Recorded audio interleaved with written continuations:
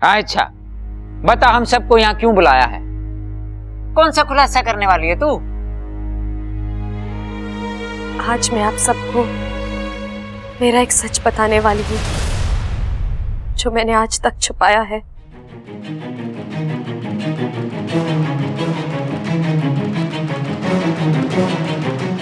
आप जो मुझे समझते हैं मैं वो हूं नहीं।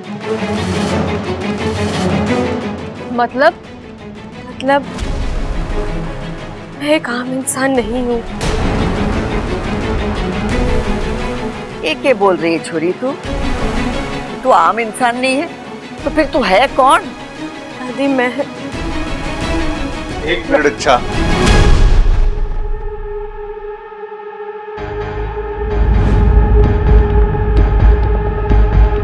मैं बताता हूं। दादी, इच्छा को लगता है ये कोई आम इंसान नहीं है,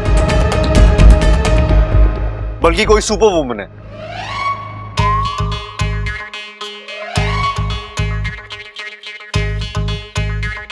हाँ छोरे, तू जो ये इच्छा को सुपर वुमेन बोल रहा है, क्यों बोल रहा भाई? पिताजी मैं नहीं बोल रहा हूं, प्रबल भैया बोल रहे हैं। उन्होंने ये बात इच्छा के दिमाग में डाली। उनका कहना है कि इच्छा के पास कुछ अद्भुत शक्ति है। क्यों छोरे, ये बात सच है? छोरे, तूने इच्छा को हवा में उड़ते हुए देखा है? देखते देखते हवा में गायब हो जाती है क्या? तो फिर ऐसी कौन सी अद्भुत शक्तियां हैं इसके पास? अरे दादी, आज इच्छा ने उबलते हुए दूध का पतीला बिना किसी कपड़े के गैस से उतार दिया और ये प्रबल भैया ने देख लिया। कहने लगे कि इच्छा कोई आम इंसान नहीं है, अगर होती तो उसके हाथ जल जाते, इसलिए वो कोई सुपर वुमन है। ओहो, क्या आप भी? आपने हम औरतों को रसोई में काम करते हुए नहीं देखा है क्या? जब हम औरतें काम करती है ना तो ऐसे ऐसे कारनामे कर जाते हैं जो आप अखाड़े में नहीं कर पाते। जब देखोगे ना तो कहोगे हर औरत सुपर वुमन होती है। बिल्कुल सही।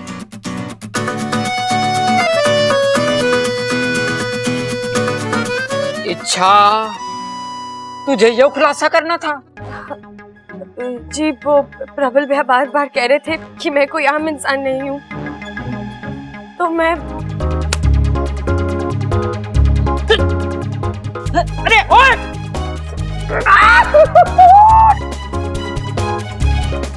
ये कर रहा है? मार मारे छोरे को, गिरेगा तो टूट जाएगा। अरे मेरे बाप, तू छोड़ेगा तब तो मैं कुछ बताऊंगा। एमा, ये कुश्ती के मुकाबले के बारे में बताना चाह रहा। हाँ, जो आज होने वाला है। बड़ी दूर दूर से बड़े बड़े पहलवान आ रहे हैं माँ। मैंने 2-3 दिन पहले इसको प्रबल को बताया था कि भाई कुश्ती के मुकाबले में अपना नाम लिखवा ले। देखना माँ, हमारा प्रबल ही जीत के आएगा ये मुकाबला।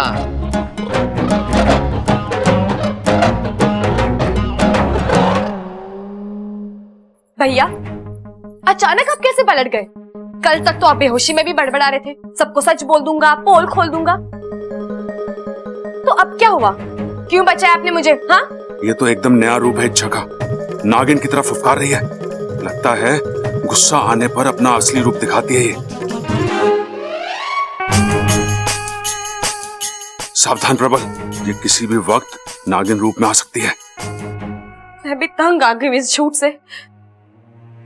दिन रात एक ही बात मेरे मन को खाती रहती है कि मैं मेरे अपनों को धोखा दे रही हूँ। लेकिन अगर मेरे बस में होता तो मैं सबको बता देती कि मैं एक इंसान नहीं, इच्छाधारी नागिन हूँ। ये जहर की गोली अमृत की प्याली कैसे बन गई? अरे सच लिखा था उस किताब में, इच्छाधारी नाग पल पल में रंग बदलते हैं।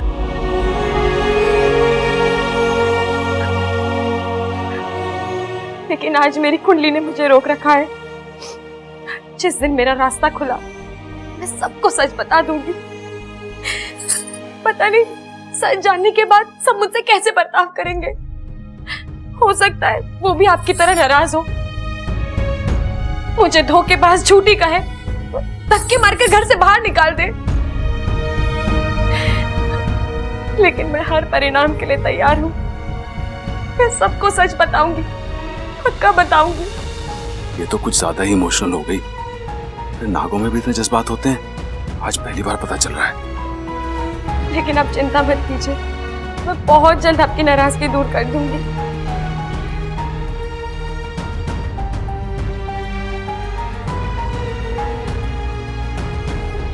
कौन कहेगा ये लड़की नागिन है? मुझे तो अभी भी यकीन नहीं हो रहा है। शिवजी, अब आप ही इस गुत्थी को सुलझाइए। इच्छा, तुम्हें पता है तुम क्या करने जा रही थी? वो तो अच्छा हुआ मैं और भैया वहां पहुंच गए, वरना तुम। मुझे माफ कर दीजिए बब्बन जी। माफ कर दो? किस लिए? मेरी वजह से आपको कितनी कसरत करनी पड़ रही है, बार बार घर वालों से झूठ बोलना पड़ रहा है। मुझसे अब ये सब बर्दाश्त नहीं होता बब्बल जी। मुझे रोज रोज की टेंशन खत्म कर देनी है। अच्छा, तुम क्यों? आखिर कब तक हम अपने घर में डर डर के जीते रहेंगे, चोरों की तरह अपनी पहचान छुपाते रहेंगे?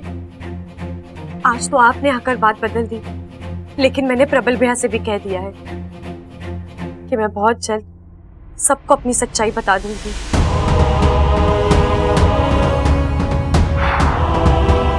वो तो बतानी है अच्छा, लेकिन इस तरह एकदम से घर वालों को सदमा लग जाएगा और हो सकता है कि ताव ना कर वो तुम्हें। नहीं अच्छा, हमें जो कुछ भी करना है सोच समझकर धीरज के साथ करना होगा। हमें घर वालों को तुम्हारा सच बर्दाश्त करने के लिए तैयार करना होगा। वो हम कैसे करेंगे? हमें सबसे पहले ये देखना होगा कि घर वालों को तुम्हारी कौन सी बातें अच्छी लगती है, फिर उन्हीं बातों का फायदा उठाकर कुछ करना होगा। 243, 244। अरे बस पिताजी, और बस की ना है। अरे पिताजी मुझे बताओ, आप अपने जमाने में भी इतनी कसरत करते थे क्या? अरे छोरे, असली पहलवानी तो हमारे जमाने में हुआ करती थी। उस जमाने का मैं नंबर 1 हैवी वेट चैंपियन पहलवान था, और जैसे ही मैं अखाड़े में कूदता था अपनी शर्ट उतारता था, छोरिया हमारी बॉडी देख के बेहोश हो जाया करती थी। लेकिन जब से शादी हुई है, ये अखाड़े का शेर घर की बकरी बन के रह गया है। 24 घंटे बीवी के सामने। ये मौका है बब्बल, शिव जी का नाम लेकर भिड़ जा। इच्छा के बारे में दोनों की राय जान ले, बस सावधानी से, इन्हें शक नहीं होना चाहिए। ये सोच रहा भाई, हमारी बात ना सुनना तू। नहीं पिताजी, मैं आपकी बातों पर ही गौर कर रहा था। पिताजी, भैया एक बात बताइए, आप दोनों का इच्छा के बारे में क्या ख्याल है? आपको क्या लगता है, इच्छा एक अच्छी पत्नी बनकर जिंदगी भर मेरा साथ देगी? सुशील और समझदार बहू बनकर हमारे घर को संभाल पाएगी? हमारे घर के संस्कारों को आगे ले जा पाएगी इच्छा? क्यों पिताजी, बताइए ना। अरे छोरे, तू अपनी जनरल नॉलेज ठीक कर ले।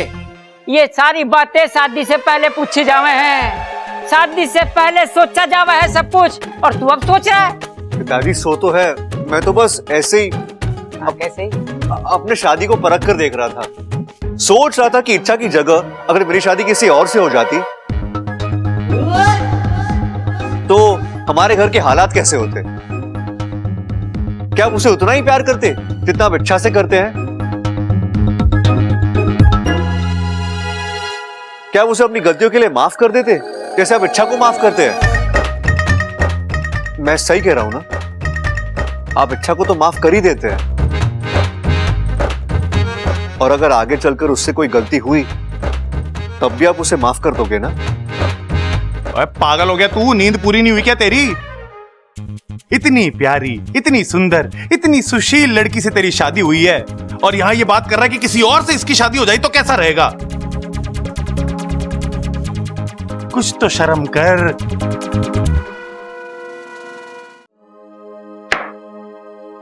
चली, ये ले। ये क्या है?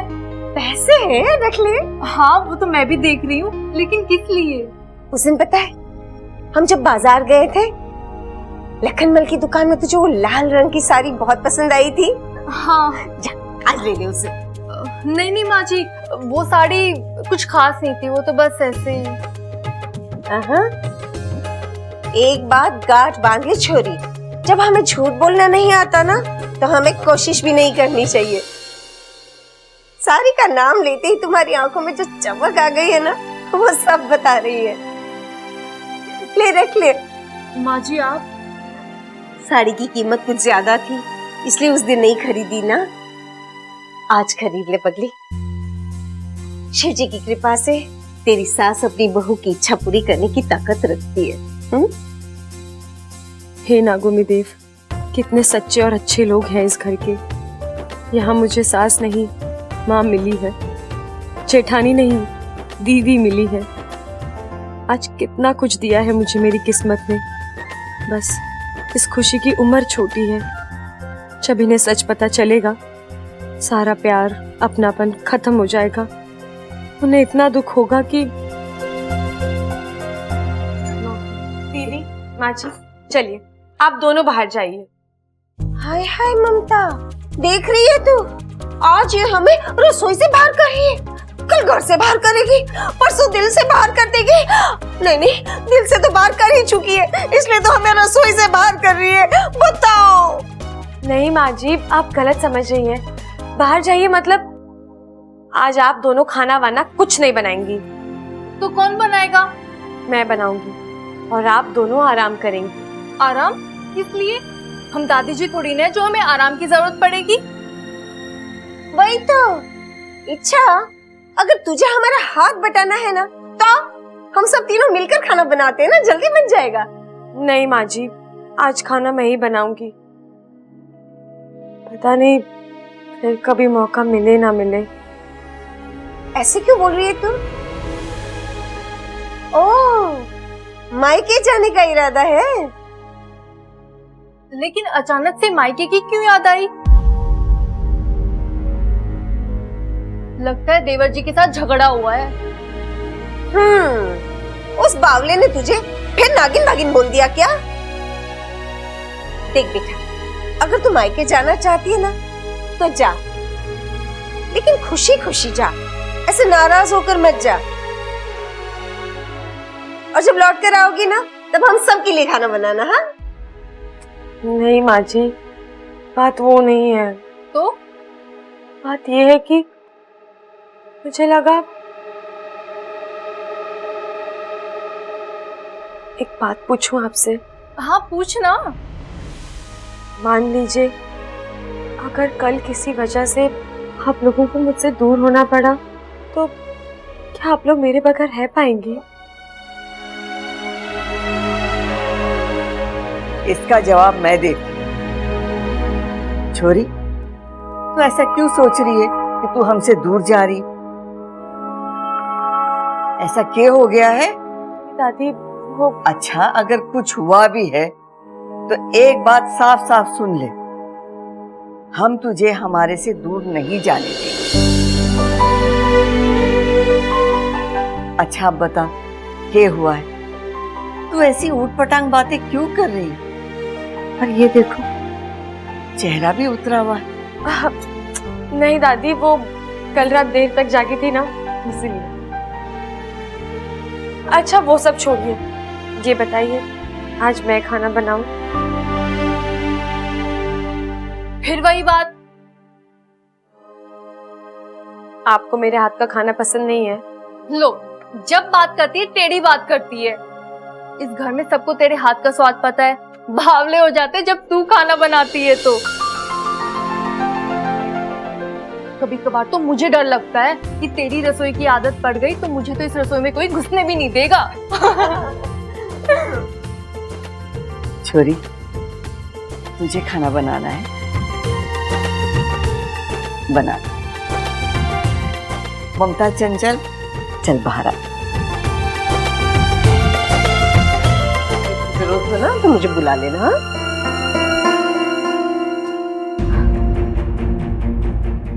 अब इनसे सच्चाई छुपा ही नहीं जा रही, सीधे सीधे तो बता नहीं सकती, लेकिन आज रात इन्हें संकेत तो दे ही दूंगी। इच्छा, बहुत अच्छा खाना बनाया तूने। अरे दादी, ये सब आपके तालीम और आशीर्वाद का असर है। चलो, खाना वाना तो हो गया, आज हम एक गेम खेलने वाले हैं। और वैसे भी हमने बहुत टाइम से एक दूसरे के साथ वक्त नहीं बिताया है, एक साथ मजे नहीं किए, इसलिए आज मैंने और इच्छा ने एक गेम प्लान किया। दादी, अगर आपकी इजाजत हो तो। ये घर तुम दोनों की मर्जी टाल सकता है क्या? बोल, क्या करना है? फैंटास्टिक। तो गेम का नाम है ट्रूथ एंड डेयर। अंग्रेजी खेल है के? हाँ पिताजी, लेकिन अरे ना ना, ये अंग्रेजों वाला खेल हम ना खेलेंगे, कोई देसी खेल हो तो बता। अरे पिताजी, खेल खेल होता है, इसमें अंग्रेजी और देसी कहां से आ गया? आप सुन तो लीजिए। चल बता। अप्पू, बॉटल दे। हैं? तो ठीक है, अब मैं इस बॉटल को यहां बीच में ऐसे गोल गोल घुमाऊंगा।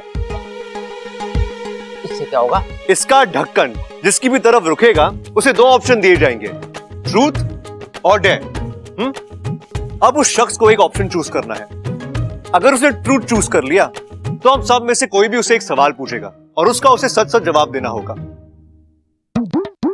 और अगर उसने डेयर चूज किया तो उसे कोई करतब करके दिखाना होगा, किसी भी हाल में। समझ में आ गया। चलो ना खेलते हैं। अप्पू, बॉटल घुमा। देखना भाई।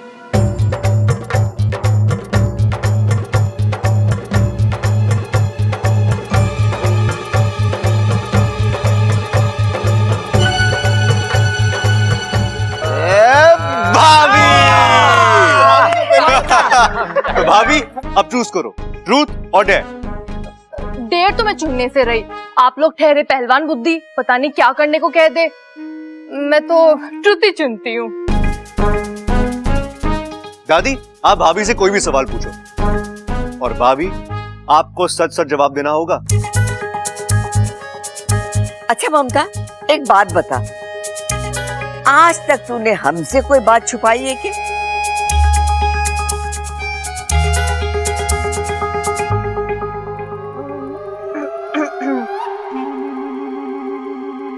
एक बात है दादी, मतलब जब मैंने पहली बार घर में खाना बनाया था ना,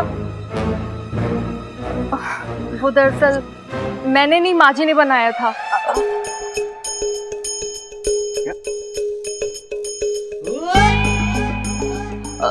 क्योंकि मुझे उस वक्त खाना बनाना नहीं आता था, पर धीरे धीरे मैंने माँ जी से सब कुछ सीख लिया।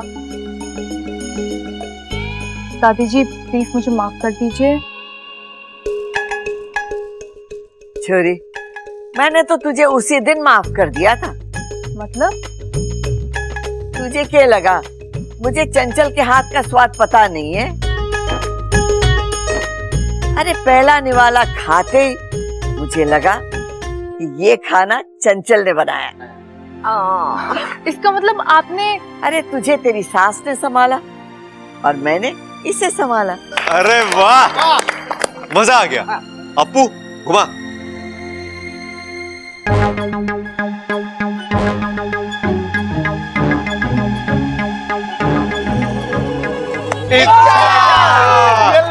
अब तुम्हारी बारी इच्छा, तुम क्या चुनोगी, ट्रूथ और डेयर? ट्रूथ। ठीक है, तो बताओ इच्छा, ऐसी कोई बात है जो तुमने आज तक हम सबसे छुपाई है?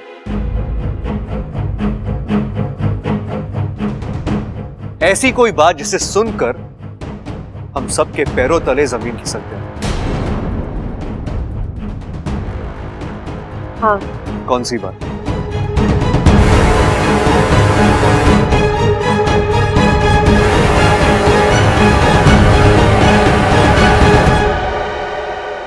ऐसी एक बात है जिसके लिए मुझे बहुत बड़ी सजा मिलनी चाहिए।